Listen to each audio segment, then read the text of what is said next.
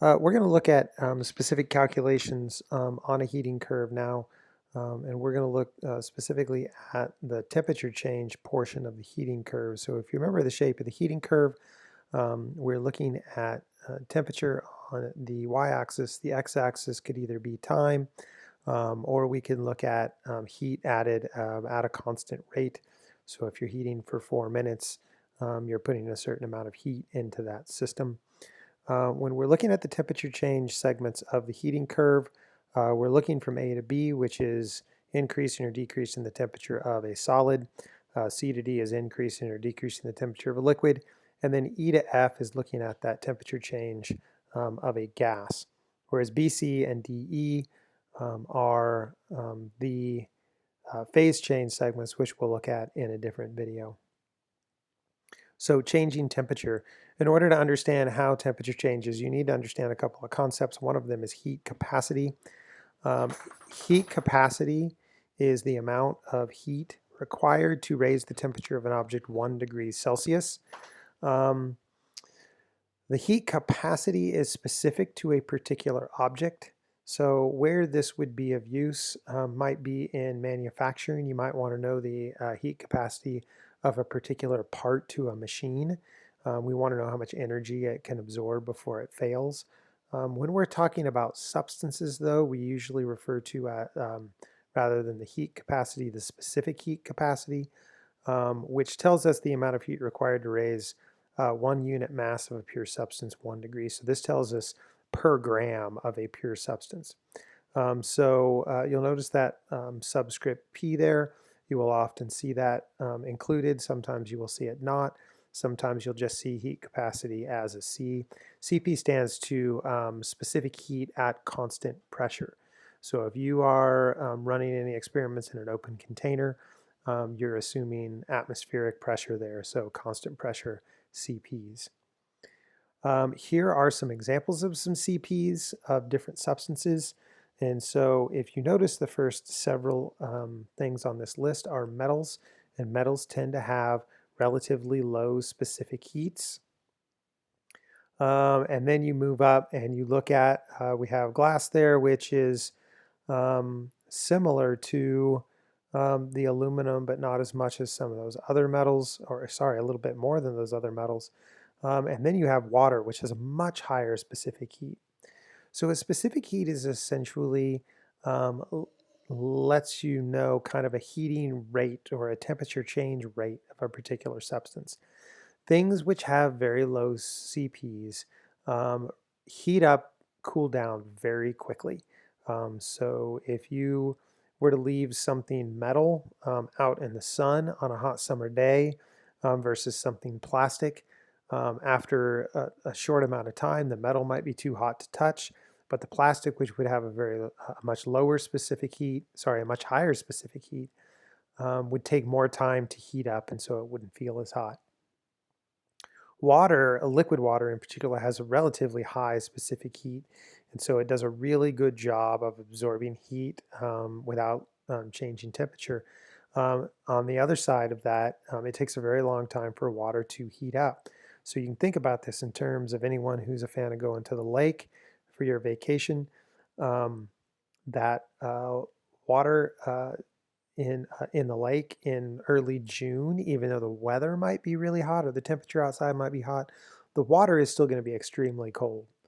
And likewise, you can get early fall. You might have a cold day, but if you jump in the water and it's been particularly warm and sunny in the days before, the water might be warm when the ambient air is a little bit cooler.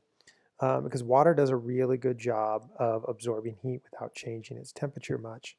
I want you to notice the units there. We have kilojoules per kilogram K. That means how much energy does it take for those particular substance to absorb for every kilogram and every degree that you want to change the temperature. I also have those numbers in calories, which remember are smaller than joules, so shouldn't be surprised that those numbers are a little bit smaller as well. But there's calories per gram K. Let's focus in on water for just a second. And so you should probably pause the video at this point. You should probably jot down these numbers in your notes somewhere. both the joules and the calories. You'll notice on the previous video, my previous slide, the units were in Kelvin, and now I've got them in degrees Celsius.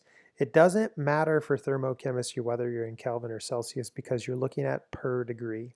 If you go up 1 degree Celsius, it's the same amount of temperature increase as going up 1 degree Kelvin. This was not the case in gas laws, where you absolutely need to make sure that you are in Kelvin temperatures if you're doing any gas law calculations. But with thermochemistry, you can have them in Celsius or Kelvin, and they'll work out just fine. So let's look at how temperature change works. If you want to know the amount of heat it takes to raise the temperature of a particular substance, you need to know the mass of that substance. How much do you have? More mass would take more heat to heat up. That shouldn't be surprising. You're going to need to know its heating rate, its specific heat, which is a constant that will either be given to you or you will be able to look up. It's not a thing you have to have memorized. And then delta T. That triangle there is the Greek letter delta. And that delta stands for change in. Typically, we calculate delta T by taking T final minus T initial. So let's look at how you would go about calculating this process. How many joules of heat are required to heat 1 liter of water from 22 degrees Celsius to 90 degrees Celsius? Now, the first thing you need to make sure is that you're not going through a phase change. Otherwise, the process is much more complicated. Water freezes at 0 degrees Celsius. It boils at 100 degrees. So we are clearly in that liquid range for that entire temperature range. Now, this assumes 1 atmosphere of pressure, which if a problem doesn't specify, you can assume that. If it does specify, then you need to go back and look at those phase changes for that particular pressure. So Q equals mCp delta T. Well, let's start with the M. We're not given a mass here, but we are given a volume, which is a pretty easy conversion for water. So the density of water, which again is something that at this point ought to be stored in your memory banks. But if you don't remember, it's 1 gram per milliliter. We have 1 liter of water in this problem, which is 1,000 milliliters, which means we have 1,000 grams. So we're going to set up our equation. Q equals 1,000 grams. Notice I put my bar over that middle 0 there because we get 3 sig digs on that mass. Your specific heat for liquid water is 4.186 joules over grams degrees Celsius. And your temperature change, T final, 90 degrees Celsius minus T initial, 22.0 degrees Celsius. First thing you're going to want to do is that subtraction to get your temperature change. And then notice your grams are going to cancel out and your degrees Celsius are going to cancel out. And that's going to leave you with joules for your unit. And what you're trying to do here is you're trying to calculate the amount of heat. So that's exactly what you would expect the units to be. So take a second, pause the video, do the math, round it for significant digits and see what you get. So you'll see here I have 285 kilojoules. You may have gotten 285,000 joules. And that would have been a more correct answer because it appears as though in the problem I did ask for how many joules. So 285,000 joules is what you should have there. All right, so let's take a look at one more problem here. We're going to look at if it takes 585 joules of energy to raise the temperature of 125.6 grams of mercury from 20 degrees Celsius to 53.5 degrees Celsius, calculate the specific heat capacity of mercury. So a couple of things we're going to need to check here. You need to find a melting point and a freezing point for mercury. You can Google those. You need to make sure that your range here is specific to one state of matter. So either it's all solid, all liquid, or all vapor. If you're doing a phase change, then that complicates the problem. We're also going to need to, well, we're not going to need a specific heat. We're going to calculate that experimentally. So here we are. Melting point of mercury is negative 38 degrees Celsius. Boiling point is 356. So we're clearly in the middle of those two. So we are changing the temperature of liquid mercury. So if we look at our heating curve, we are dealing with that C to D range. And so we're looking at the temperature change equation. Q equals mCp delta T. So plug in your Q, which is the 585 joules, 125.6 grams. Cp is what we're trying to solve for, and then final temperature minus initial temperature to get your delta T. You want to simplify that temperature change, get 33.5 degrees Celsius. Then you're going to divide both sides by the 125.6 and the 33.5, and you should get 0.139 joules over grams degrees Celsius.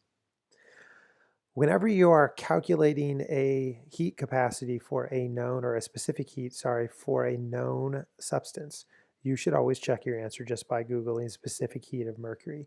And you'll find our experimental calculation here is pretty darn close to the accepted value.